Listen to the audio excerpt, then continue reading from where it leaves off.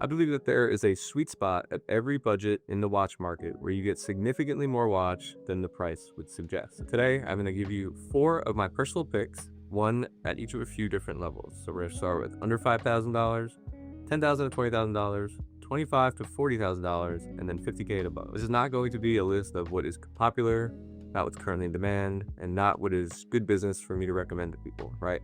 This is just what I've owned in the past that has really resonated with me, or watches that I would actually own as like a grail of mine, for example, and I'll give you my reasoning on each of them. So those of you that don't know me, my name is Bo Almeida. I own Bono's Luxury LLC. We are a pre-owned watch dealer based out of Eastern Virginia, and I help clients get into the watch of their dreams without all of the current watch market BS that comes with the secondary market. So if you're interested in a watch, hit me up. All right, let's jump right into it. Under $5,000, I'm going with an old school discontinued Panerai. I think if your wrist can support the 44mm watch, the Panerai PAM 177 in titanium is a very awesome watch, super lightweight, very easy to daily drive, and I just find it to be an excellent watch to wear. It's a great value for the money. This watch was discontinued in 2014. It's a manual winding sandwich dial watch. So right now you can find a clean one on the secondary market for around $4,500 to $5,000, and I think that it's a deal. The quality of the watchmaking that you get for the money is absolutely there with this watch, and the open case back on these is just something that you kind of take the watch off and look at it a whole bunch while you're at home, because they just really did a good job, very well executed, and it is a really good looking watch in any lighting condition, especially in natural sunlight. I really do think that everybody should experience a Panerai sandwich dial at some point, and again, if your wrist can support it, right? It's really cool when you've been out all day and you walk into a dark room with something like that on, and you just see how much lume that thing actually has. It's a very interesting piece that I feel like a lot of people just overlook because Panerai is typically the big gaudy watch. All right, so in the 10 to 20K tier, I'm going with a Generation 2 Vacheron Constantin Overseas. I'm wearing a Gen 3 in this video, but I really, really love the white dial dual time, which is reference 47450.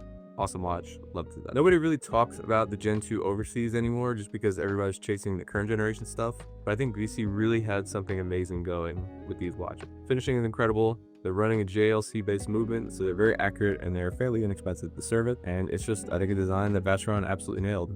One of the best daily drivers ever. All right, this one that I'm extremely excited about. This is gonna be my favorite pick out of the bunch. So in the 25 to 40K tier, this is one of my favorite watches of all time. It is the Patek Philippe 5522A, the New York Boutique Edition Calatrava. So what I love about this watch, it is a stainless steel Calatrava, full blue Arabic dial, limited release, and I think it just completely flies under the radar. Nobody even cares about this thing. Nobody knows what it is on your wrist. Nobody stops you to talk about it.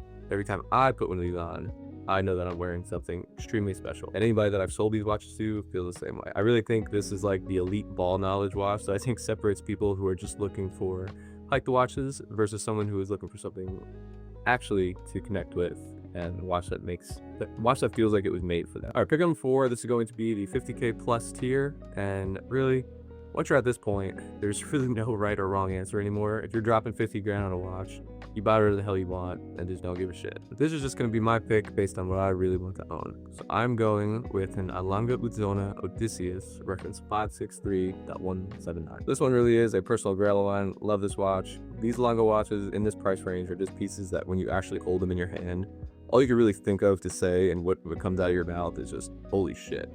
They're just incredibly well-built watches, super well executed, especially when you look at them under a loupe. There's some hand engraving on the balance cock. This Odysseus in particular has the digital date, the awesome, huge sword-style hands. The watch fits ridiculously well. It feels like it was made to be molded onto my wrist.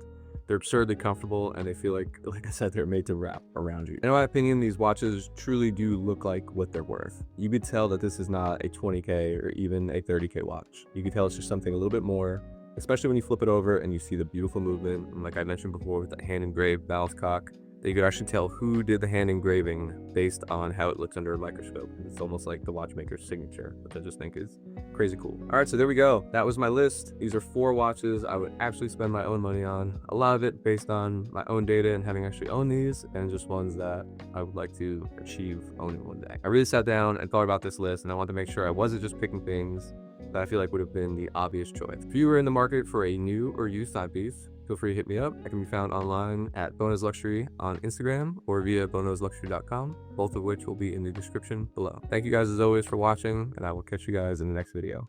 Peace out.